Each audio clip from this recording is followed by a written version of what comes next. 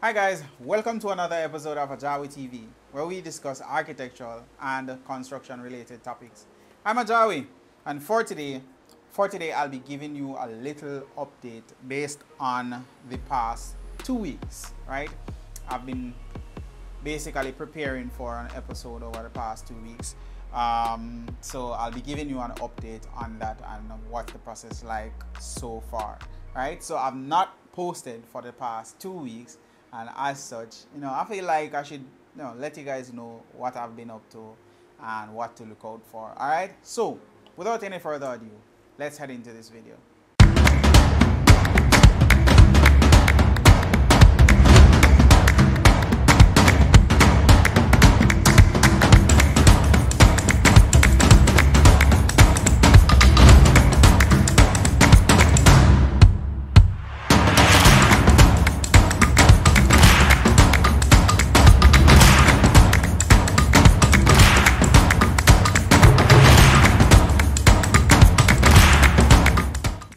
Alright guys, so for the past 2 weeks I have not posted, and I've not posted for specific reasons. Alright, so as a result, in this video I'm going to give you an update on that, and I'm going to be taking you into a survey that I did recently, just to give you guys a little teaser, or basically giving you guys a little update along that line. Alright, so the episode that I'm working on at the moment that I want to bring is in relation to roof, right?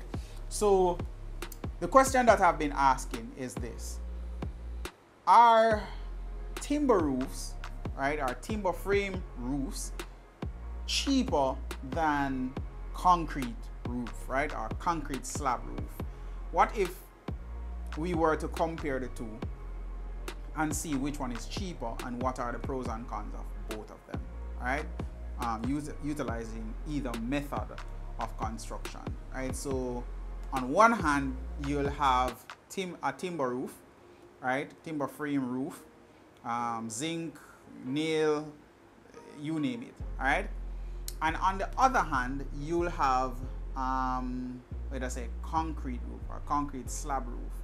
And the reason why I decided to do this is because a lot of times people ask me, which roof would I recommend? Now, I'm doing this based on the fact that within our climate, or within our environment, our building industry, a lot of people sometimes go towards timber roof for the look, or they go towards concrete roofs for the cost or ease of construction. So I want to really know which type of roof is really cheaper to construct. All right. Now, I have actually reached out to a couple of companies to come on board with me on this particular episode. A few have replied so far, and I'm looking to see the conclusion from them. So that's what I've been doing over the past 2 weeks. So that's why I haven't posted. And I have actually been working on my design studio project, and plus I have clients that I'm dealing with. All right, so that's why I haven't posted over the past 2 weeks. So I've been putting together the content, I've been gathering the content so that I can then take it to you guys. All right, I also did a radio interview, right? And from that radio interview, I want to point out something to you guys. It was in relation to what was it again? NHT, right? So we did a radio interview with the NHT for design week, right? So let me ask you a question. Did you know that you can get your building plan done, your set of building plan done, absolutely free, out of pocket, right? So you don't have to spend any money out of pocket if you were going through the NHT. How, you may ask?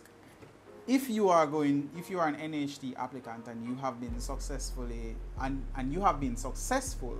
with your application, and they have given you the go ahead to actually go ahead and get your building plans done, you can actually apply for a contribution refund to cover the cost of your drawings, right? So normally what would happen is that, you know, you would go away and try and find somebody to do your building plan for you, or even if the NHT decides that they are going to give you or you decide to ask NHT for a building plan that they have, then you'll have to find a technologist to actually place it on the site or on your site, right? So you can actually have that cost be covered by the NHT through your contribution refund. So if you're doing building construction, or if you're doing building application and you decide that you want your building plan to be placed on your site, call us and we'll assist you throughout that process. All right, so now that that's out of the way, let's get into the meat of the matter of this particular video, and I'm going to show you a survey, or a drone survey that I did recently for a client that is overseas. All right, they wanted to inspect a property. So what they did was, they are overseas, they are not able to fly back to Jamaica. They actually had some real estate agents send them some pictures which did not really tell much about the property.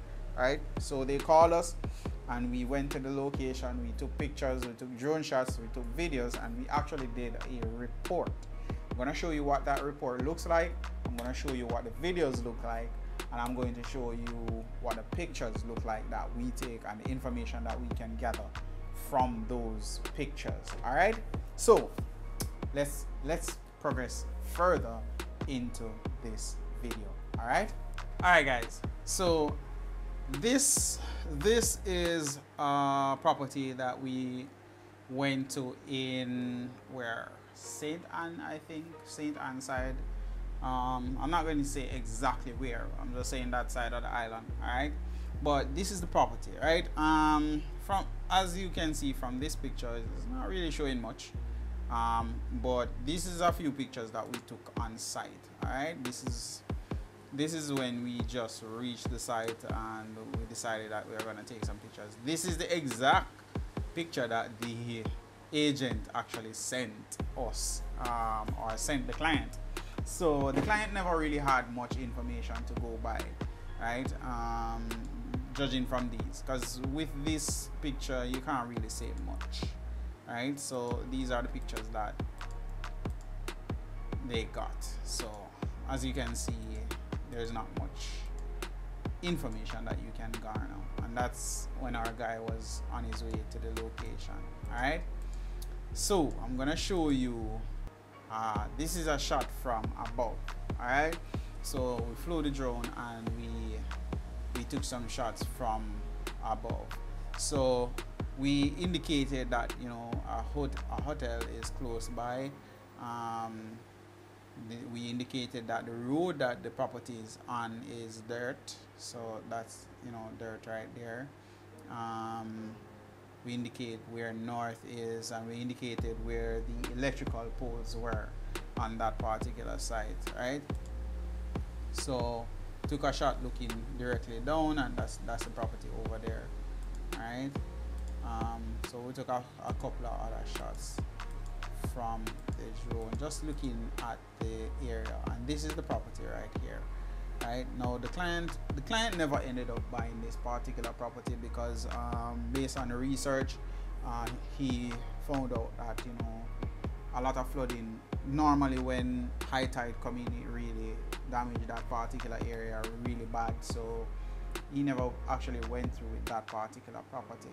All right, so yeah, that's what the property was looking like. That's it from, you know, looking at the sea right there, and it's fairly flat. And we're gonna actually show you what the slope is like, but just going through, and this is the drop off that is there, right? You know, that's kind of rough right there. So yeah, that's not so pretty.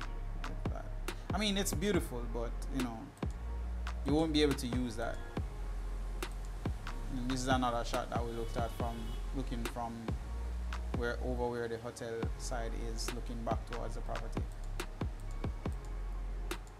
All right, so we got through that aspect of it. All right, so this is the report that this is raw data that we collected on site, right?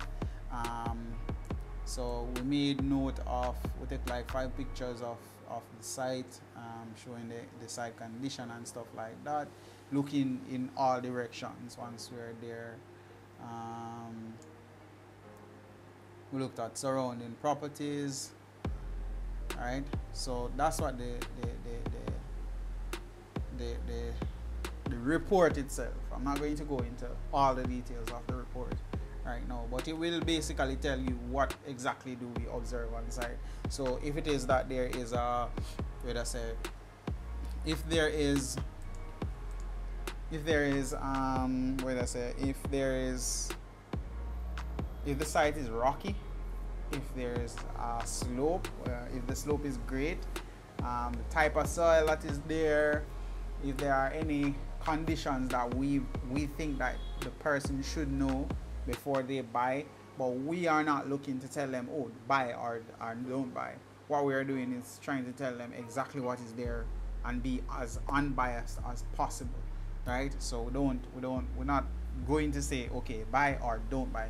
What we do is go and show the conditions that are there, right? And if the person decides to buy, it's really up to them. If not, then it's really up to them. But we don't want to be in the position where we're saying don't buy because of this, right? So this is the property outline, or what we estimated to be the property outline based on what the person or the representative on site indicated to us. All right, so this is the boundary right here, and as you can see, you know that high tide would have come all the way up to here or possibly up to there. So because you can see where, you know, water comes up to there. Now this is how the land is sloping, so we gave this information and we indicated that, hey, there are some serious rocks on the site, so that should be considered.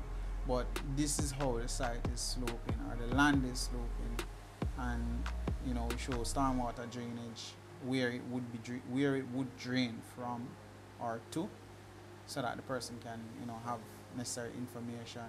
And then we indicated that there are pure rock or slash boulders along this area right here, which you saw in the other pictures, right? And again, this is the information in relation to the hotel. And then we indicated the type of structures that are around the property. All right, so you know that, you know, there, on this particular site, the houses, are a particular house was made of timber. We show where light poles are, so that you, as the person doing the construction or the person that's going to live there, then you will know that, okay, I have electricity. On this particular site, there wasn't water available, so we asked around within the community. So once we go to the site, we kind of do a little survey of the area. So if it is that we go there and there's no water, right, what we will do is we'll go to adjoining properties and knock and ask them, hey, do you have water as it relates to like NWA or stuff like that? And they will either tell us no or yes, and then we make a note of that and indicate that to the client. So in this particular situation, there was no water on the site, so we indicated that to the client. All right, now as we went through, now we decided to take some videos or video shot of the property, and this is the video shot of the property. And as you can see, you know, what we're doing, we're just basically looking around to see what exactly is there, what are the conditions. And as you can see, again, this is the road, and this is the type of road that is there. The road, as you can see, the road is not really, it's not developed, right? It's just a dirt track towards the road, towards the property.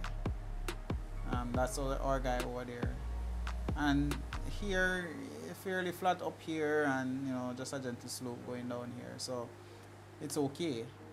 And you can see the stormwater drain that is right here and here as well, so water would run off at this point. So it's pretty straightforward, and once the client gets this information, they can make their decision fairly easily, right?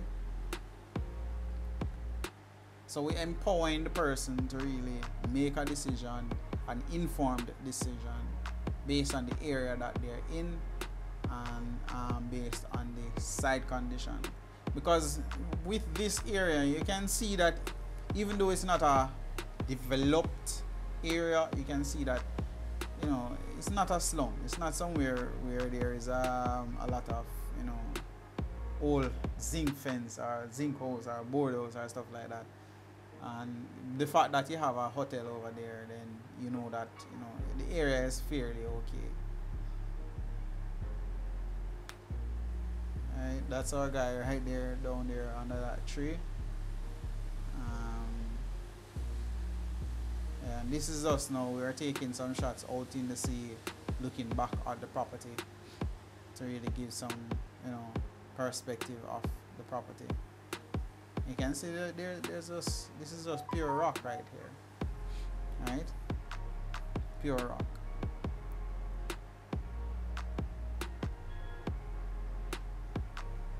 Going around, and that's the money shot right there, right? So once they saw this, they were like, okay, this is nice, but, you know, the rocks and stuff like that were a concern, I guess. We indicated that, well, the person that went on site is an actual engineer, so he indicated that, you know, the type of foundation that would be needed, and the fact that they can't really excavate going down much. You couldn't use a strip foundation in such a situation, based on what he sees. So, you know, that was pretty informative for the client. But yeah, that's pretty much what we do when we say that we are going to go on a site to do an inspection for our client or a drone survey for our client, to really give them information about a property that they are looking to buy if they're living overseas. And I find that a lot of people overseas, they really appreciate it, because most of the times when people go there to take pictures, they're just taking a few pictures on the ground. They're not really having any perspective of what is really there, right? I want to give you a little joke though. I went to a property in St. Elizabeth, right? Before the client was dealing with somebody else, and we are the one that did the drawings for that property.